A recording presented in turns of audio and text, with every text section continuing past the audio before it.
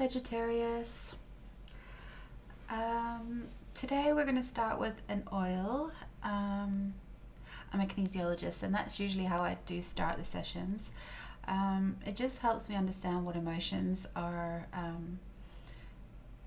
kind of needing to be shifted, or what might be an overall message, or what we're working from. So we're going to start with juniper berry. This is about purifying. Dislodges, detoxifies, and disperses negativity, fear, shackles, and pain. So that's a heavy hitter. And I can see that kind of from the cards. I muscle test cards because I am a kinesiologist, so I always muscle test the decks for the strongest energy within that deck. So that's how I select the cards, for those who do not know. So with juniper berry, what is it that you're ready to purify? Because that's what this oil wants to bring in. It wants to shift through some of this stuff that's just not serving you anymore. So maybe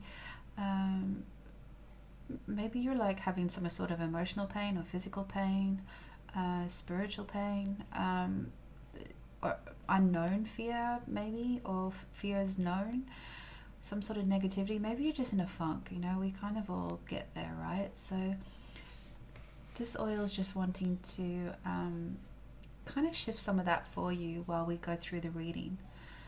And then we have mouse energy. So the mouse energy can be quite detail orientated, right? Small-minded, nervous, just that jittery energy, maybe even shying away or scurrying away, but it's always needs driven, right? So the mouse always has needs. Need to feed, need to find food, need to keep busy, create a family, new families. It's constant, right, with a mouse. And it really doesn't detract from its plan, really, or its chores. It just keeps going and going and going and going. And so the mouse card here, because it's kind of in a stress position, so the first row is really about what you really kind of need to look at, and then the bottom row is potentially how you can start shifting some of that, or where it could be leading to. So the mouse energy here is almost saying we need to purify some of this stuff, because you're looking after the needs, or you're not getting your needs met, either way, because we've got this card coming in as well about wants and needs. And sometimes what we think we want is actually what we need, and what we need is what we think we want, and vice versa. And sometimes even asking for those from other people, they become unmet, and we get angry about that, right? And become a bit negative maybe, or we start to build a vibration that's probably less than desirable. And then once you're stuck in this energy, it is very hard to look around and see a bigger picture, right? Especially if you are being in the nitty-gritty of stuff, and having this nervous energy as well. It's very hard to see your way out of it. So look at these cards here. They're talking about free and then hiding from. So how do you free yourself from this energy? What do you need to be free from? What wants and needs aren't being met? Do you know what your wants and needs are? Because I tell you something about pain. When I'm in clinic, people will come to see me about pain or certain physical issues. But pain is a secondary gain, which always kind of shocks some of my clients. But pain is never the first thing. It's just a side effect of what wants and needs aren't being met, either by ourselves or by others around us. And so with pain, there does come a secondary gain. And a secondary gain for example, would be, and we do this subconsciously, so this isn't about a judgment thing, or this is just awareness. For example, if I break my leg and I'm limited mobility, then chances are people around me will give me immediate support. Maybe someone will open the door for me, someone might cook my dinner, etc., etc. So there's kind of a gain to having pain, and that's what keeps people in, especially with long-term pain. That can be, that could be quite triggering for some. So I don't mean it to be triggering, but there is obviously, pain is very hard to ignore. And in the first instance, obviously you want to take care of it on a physical level, but you have to go deeper, because there's something hiding in that pain. Even if it's a physical pain, maybe you broke a leg and you think, no, how is there emotional baggage behind that when I fell off my motorbike? But you'll often find that even when you were on that motorbike, what were you doing riding the bike? What were you thinking just before the accident? Like, all of these things come into play. So let's not get too carried away with that. But my point is, there is gains in pain. No pain, no gain. But there is gains in pain. So, and it could come from a deep-seated issue that you have no awareness of at all, but it is keeping you shackled. Same with negativity. Sometimes there is a payoff of being negative. Well, sure, certainly short term, right? You can just explain that in a normal office environment. You might be in the staff room gossiping about someone, and it might feel good in that moment, but long term it's just keeping you quite low vibrational. So I digress here, but basically these cards are asking you about, what do you need to shift? Are your wants and needs being met? If not, what are they? How do you free yourself from them? How do you free any behaviors that are counterintuitive to them? What's hiding in the cracks? This card here came up, which is transform anger.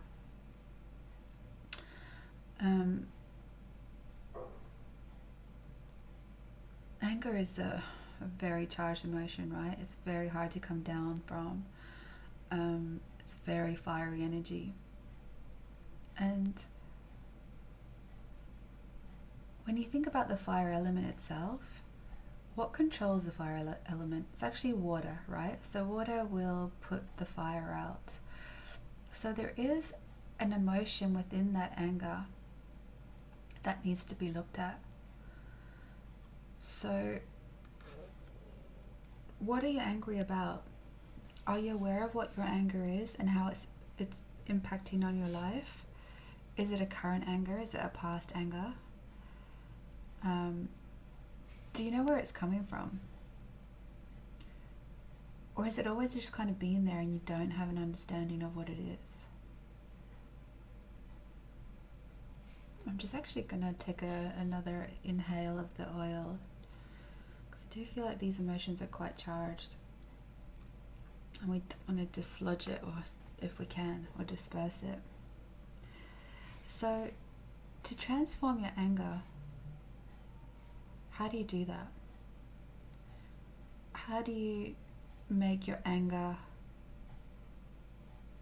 a positive thing, if you can? First, you need to identify it. Find out where in your life it seems to be sitting at the most and how it's holding you back. Because it's keeping you stagnant, right? Four of Pentacles here. You're tired of carrying this baggage around. Like, you know that there's something better out there, but you're so used to carrying the bag that you're afraid to let it go. So you hold on to it, and you hold on to it, and you hold on to it, until one day you actually realize you don't even remember what's in the bag. You've completely forgotten. And yet you've created this contract with yourself to keep carrying it around. So let's unpack that box. And it might even be a story, because I have this card here for ex-friend. So is there an ex-friend that this connects to? It might not be for everyone. This might be, you know, a specific situation for someone.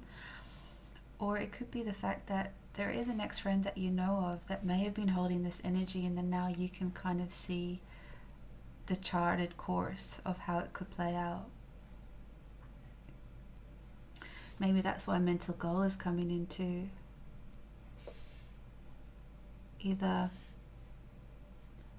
visualize that ex-friend's trajectory, or if it is an ex-friend that's relative to the story, how do you unpack that story? Can you imagine the suitcase getting unpacked with who said, she said, he said, I said, she thought, I thought? And can you lay it out, maybe in a meditation, lay it all out and just pick up those pieces of information and find out what's holding the strongest charge. Might be a couple of things. It might even take you a little while. But just, yes, see what it is that you can transform, because transformation is coming up here as a clue on how to shift this energy. And when you do transform it, it's literally taking you out of this stagnant energy. So there might be an exercise there, or if that's not relevant, maybe you've got some awareness through what this is. How can you transform it? How can you flip it? How can you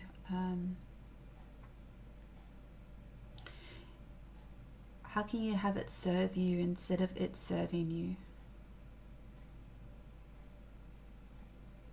How do you take control of it instead of it controlling you?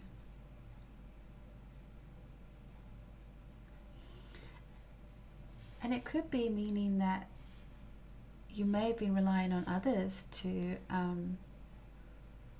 address your wants and needs, and you feel like they're not doing it for you. You feel like you're in this energy where you're busy doing everything and you can't see outside of that space, but you may feel unsupported or even bound by your responsibilities, that your wants and needs aren't being met, and so you might be reaching out or acting out to the others around you, expecting them to maybe help you, and then that's making you angry because they're not meeting those needs.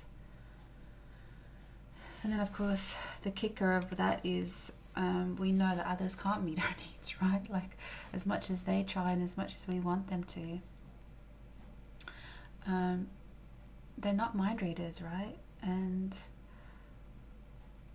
even sometimes if we haven't found out or uncovered what we've been hiding from, or what we need to transform, how do we expect others to know the answer to that? It's impossible. It's totally impossible. But what this card here is saying, by uncovering your own treasure, the answers lay within. And when you identify what these successes are, success begets success. So how can you go from this trapped baggage that's just weighing you down to opening this chest, this treasure chest of skills and emotions that serve you? How can you do the transformation process? How can you take this energy, transform it into this energy? How do you get your jewels? How do you get your treasure? Because it's all within.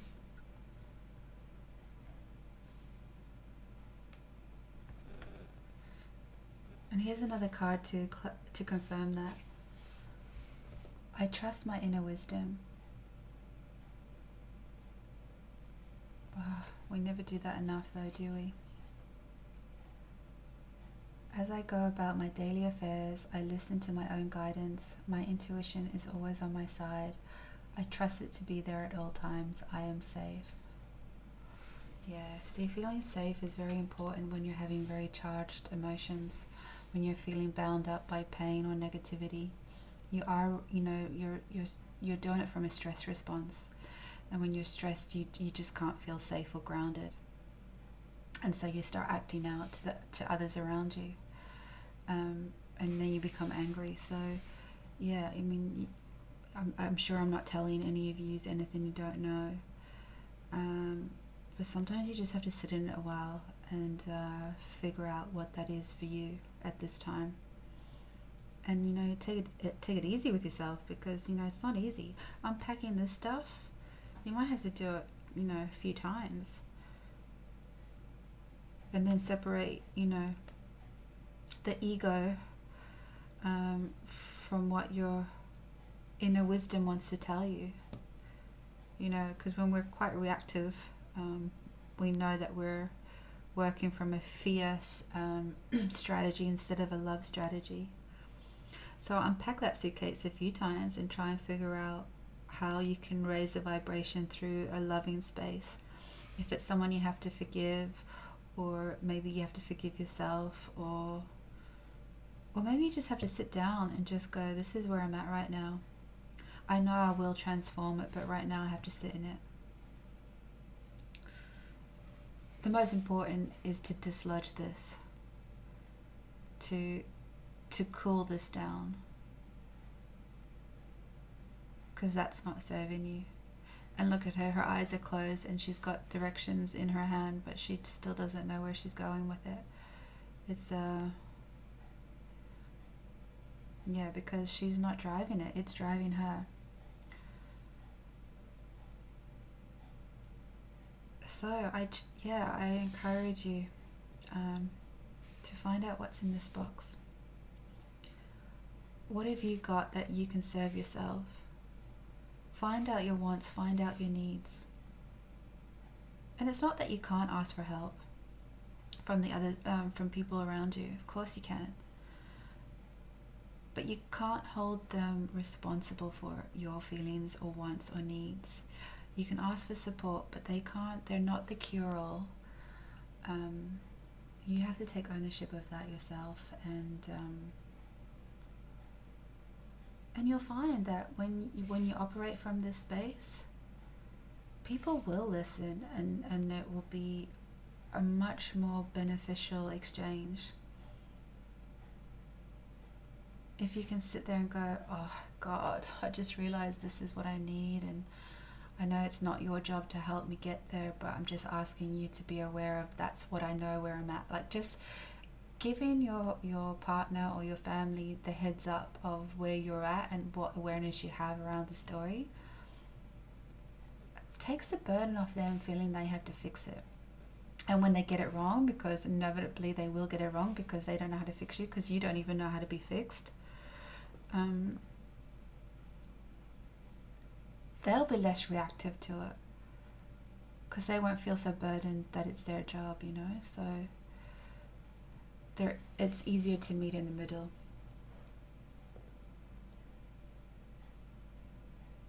Yeah, so that's all I have for you today. Thanks for watching.